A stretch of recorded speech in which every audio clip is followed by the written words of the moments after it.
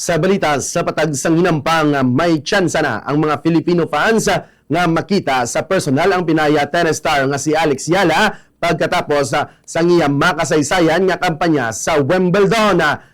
Ang Alex Yala Fan Meet Experience pagaywato na sa Activity Center sa Makati sa Hulyo 15. Magasugod ang registration alas 4 sa hapon kag natala na nga magasugod ang programa alas 6 sang gabi.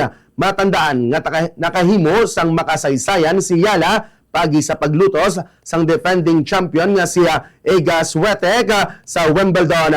Antes ginlutos ang Italian player nga si Jasmine Paolini sa round of 16. Ang pagbalik sini sa pungsod ang ginaalauman nga makahatag sang inspirasyon sa mga lamharon nga tennis players kag makahatag sang kaygayunan sa mga fans nga ipakita ang ila suporta sa Filipino tennis sa international stage.